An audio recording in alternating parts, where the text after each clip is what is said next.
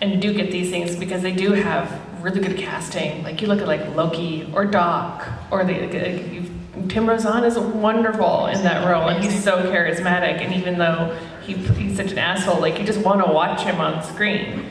And so, and it is, there's all sorts of sociological, cultural reasons why we empathize with them more than we would with a female character.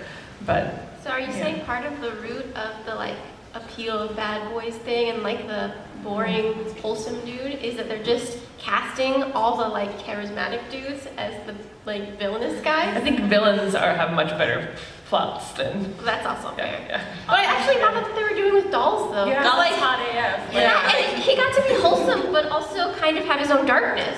But that didn't make him not wholesome and like not supportive. You have to understand, he's also black. Like, I mean, that's like black bad boys don't really get that same kind of like thing. And like he's a demon. Like, he's got like a dragon thing in him. He can like Which was never really adequately explained. Yeah. No. And it's like he should be like super appealing. But I don't think like outside of like Maku and like the Michael B. Jordans of like fandom, I don't think that we've really gotten to a point where like we really see like black men as like the sexy bad boy and like that genre thing, not like in general. But way higher. Okay, I have to say one more thing about Dolls though. Yeah. Agree with everything, but also I think it was great that I just rewatched. I finished it all. I rewatched some of season 1, and his character develops. It is really interesting to watch his character change from Ep 1 or 2 to where he left, sadly. Okay. But let's talk about our favorite ship. Yeah? Okay. So, Way Hot, which it's just hard not to imagine they didn't name these characters this on purpose, right? I mean, they had to, yeah? That had to be intentional. So I think this has just been a wonderful piece of the story, and I just want to let the panelists kind of respond to this. Different aspects of this you find different or changing the way this has been presented before, and things that are kind of falling into the same traps. I don't know, I have sort of two minds about it, but I'll let you all respond first. So I just want to say something real quick. I love Way Hot. I'm super here for it. Hot isn't a butch. Like, I don't, like, I see this on Tumblr a lot, and I'm like, have you met a butch? Like, they're hot too, but like, she ain't a butch. And she's gotten more femme as like, like I mean, a bob is not a coming out haircut.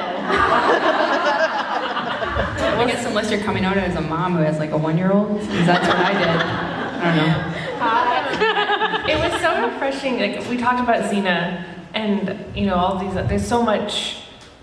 Xena set this template for this subtextual queer representation, which we thought was all we were going to get for queer fans for so long. And watching season 1, you're like, oh, it's kind of like subtext, maybe Waverly, and then it actually happens. Yeah, that was. And it's still so rare to see something go from like subtextual flirtation to an actual relationship. It like literally makes my heart swell and the stress come off. It's so nice to see it actually happen.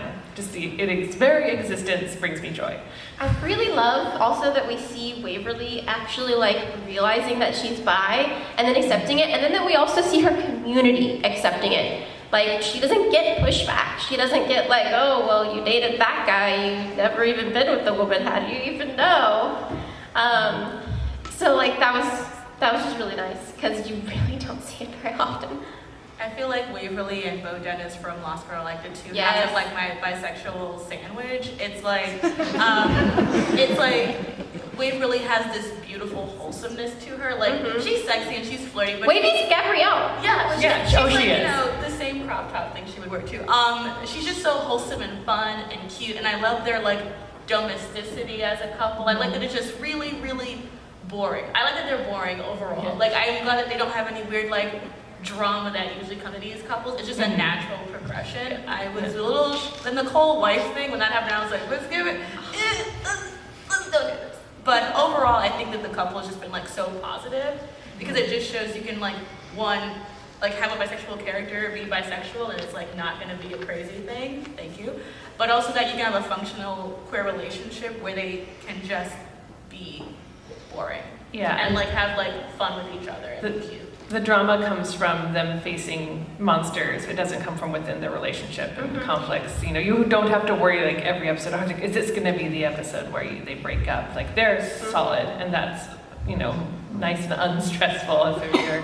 I think that really got established too when they did the alternate universe episode with them, because I know that, you know, you do kind of worry about that as they're developing as a couple, but the fact in alternate universe they still found each other and were together, I felt like that was the writers kind of like establishing to the fandom and the community that, you know, they are endgame, so you don't really have to worry about them as a couple.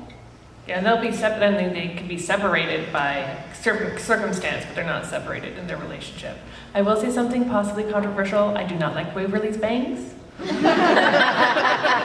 found them very distracting all season 3. I just wanted like, how can you see? So the thing I also particularly like too about like the reveal that Waverly's dad was an angel is that it's literally like the exact opposite of like the villainous bi trope. Because like already Waverly was like the wholesome, sweet one, which I really appreciated because like bisexuality, when it gets talked about at all, it's usually through like a sort of, especially for women.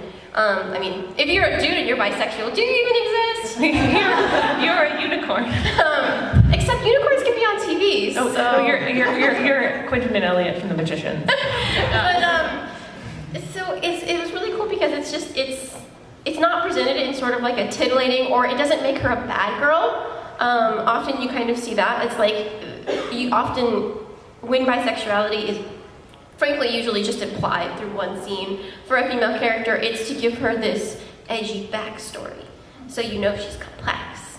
But with Waverly, it was just... This one time in college. Exactly. And it's just like, no, I'm not here for it. And so this is like, I really love Bo. Actually, I mean, the show is a hit and miss, but I really love it. But like, Bo feels, even though she came from such a repressive background, it actually feels like she's so fey that it feels like it's just completely natural.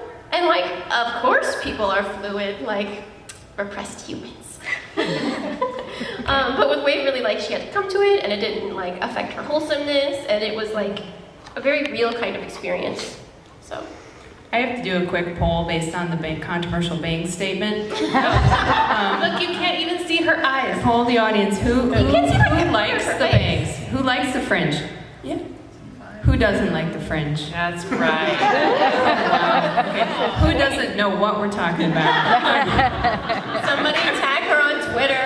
Yeah, right on. Okay, so thank you. I think I'm going to move on because we have a couple more and then we want to take questions. I love that poll, talk about random audience poll. But let's talk about what's going on right now in the fandom. And the thing that we need to talk about the most right now is what's going to happen for our weird show that we love so much, right? So I listened really, really quickly this morning to a podcast called Tales of the Black Badge. People know this podcast?